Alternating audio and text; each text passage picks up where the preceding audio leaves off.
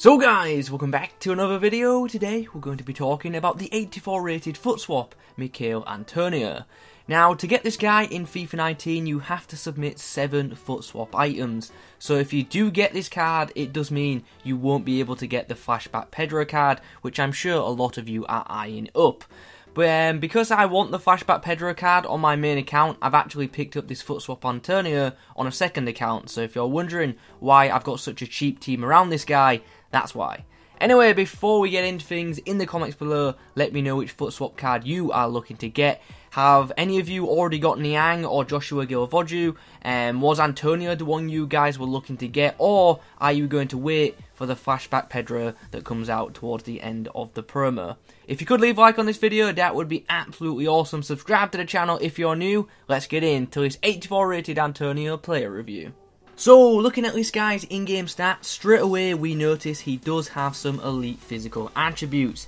His stamina isn't the best, but it's really good to see high ratings for his strength, jumping and aggression. He's got a notably high agility attribute and a pretty good heading accuracy stat too.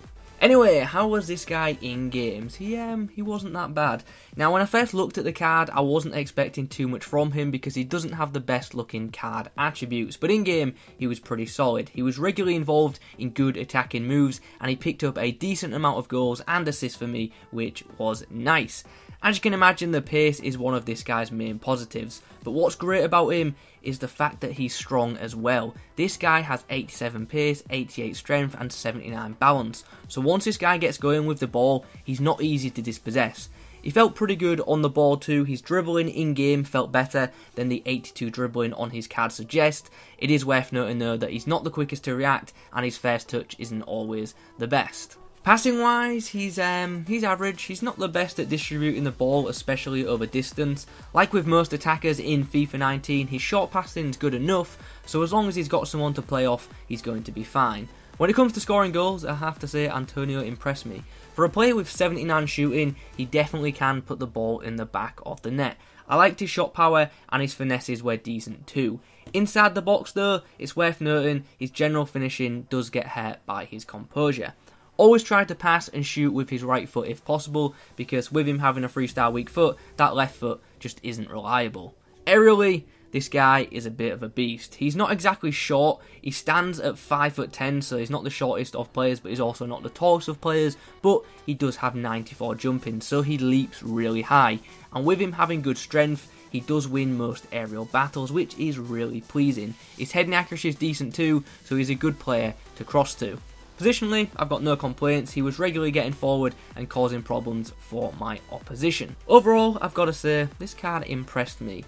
It reminded me of his non-inform in FIFA 18. It did feel a bit overpowered at times, especially when battling for the ball. I liked his pace and his ability with the ball at his feet. I was a big fan of how he protected and regained possession of the football as well.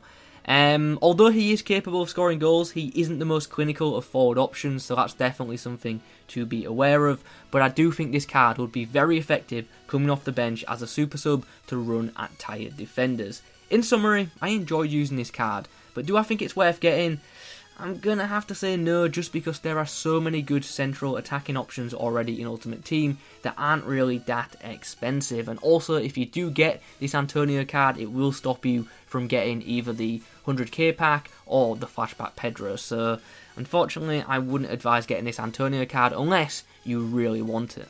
Maybe you're a West Ham fan and just really want a special West Ham card in your club, or maybe you're just a big fan of Mikel Antonio and once again, you just want one of his special cards in your club. I don't know, maybe that's your reason for getting this card, maybe you just like the look of it and you want it.